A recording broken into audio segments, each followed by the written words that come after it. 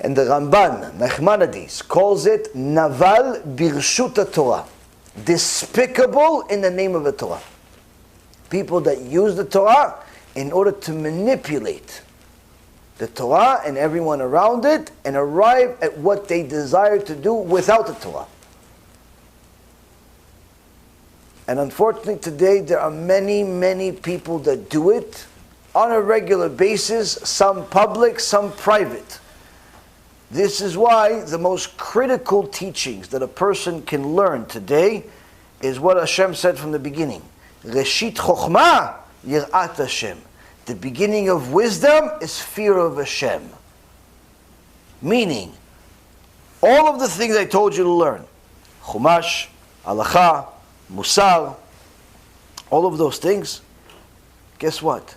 The ultimate goal of all of them is for you to acquire Yirat Shamayim. Not just learn that Gehenom exists and there's a first, second, third, fourth, fifth, and seventh chamber, and each one has chambers within it, and each one has a Bet Din within it, and each one has a certain section that you have to go through, and after you finish, you have to go to the other chamber, because it's not only chamber number 4 that you have to go to. You also have to go to number 3, Habibi. And after you finish number 3, you go into number 2. It doesn't just go, oh, you only go to 4, and then you finish, and you go to Gan Eden, Habibi. You're in your dreams, maybe. You go to 4 and 3 and 2, and maybe after that you go and get reincarnated again. Or maybe you're going to go to Kafakela, and maybe they'll put you in Gan Eden for a little bit just to torture you and put you back in Gehenom. So it's not such a simple way for you to just focus on, oh, there's a punishment. No. What it is that you have to acquire enough fear of the Almighty, you don't want to mess with Him.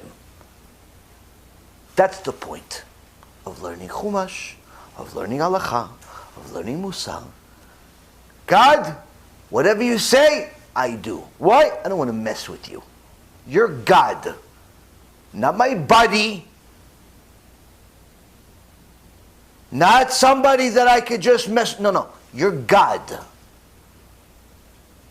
You say it, I do it. Like it or don't like it doesn't matter anymore. Why? Because in a split of a second, you can make one tiny little cell in my brain simply turn off or turn on, and I will have enough pain in my body to literally wish I was in Gehenom right now. And no cure. And no one to even understand that I have pain, because you can't see pain. You see, Rabotai, the whole point of teaching about Yirat Shamayim is not to scare you like a scary movie. Because if you want to do it, we just make a scary movie. Which didn't happen anyway.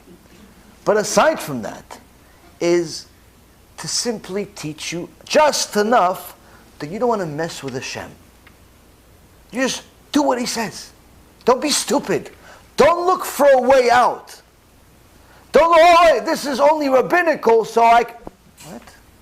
Somebody came to the Khatam Sofer and said, Rabbi, listen, this halacha over here, the rabbi said to do this, but I just learned about it, and it's only rabbinical.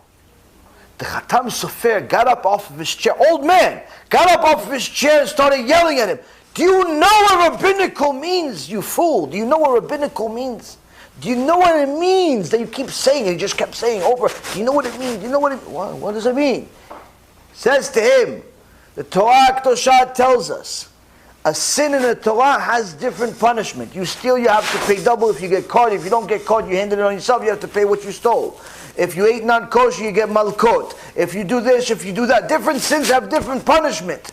But a rabbinical sin, all of them are death penalty. All of them are death penalty. Not by the Bet Din, by Shamayim. Some by the Bet Din also. But by Shamayim for sure. All of them a death penalty. Do you know what rabbinical means?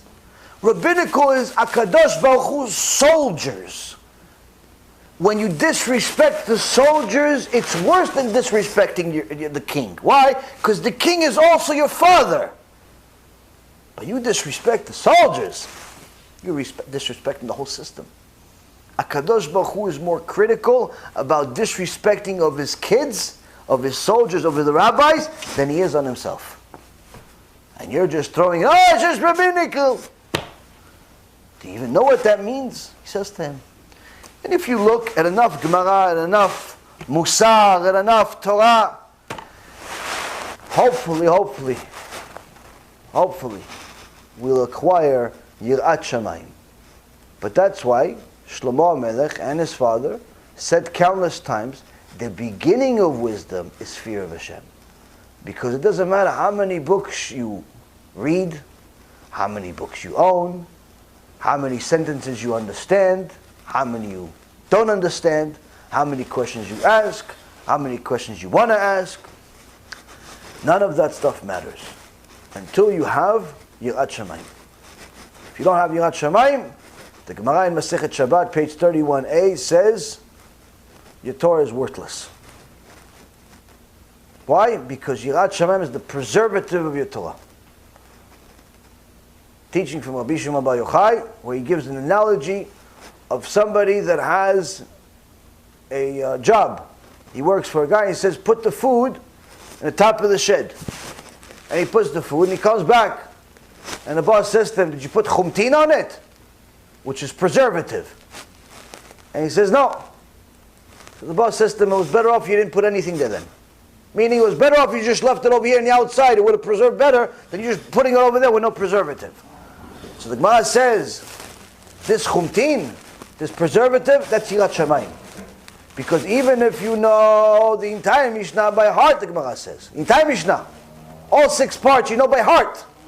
If you don't have Yirat Shamayim, you won't preserve it, you won't maintain it, you won't keep it, you will still go to Gehinnom.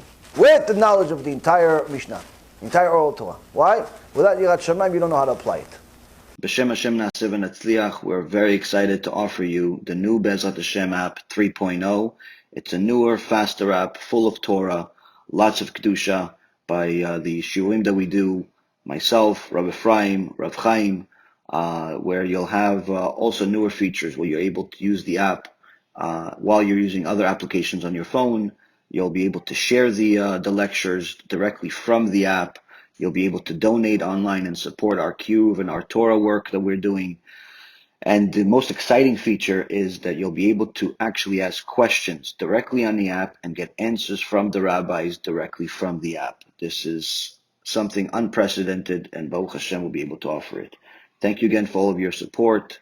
Check it out. Make sure you have the kosher Torah that will re-energize your neshama each and every single day. Call to B'chav Atzlacha.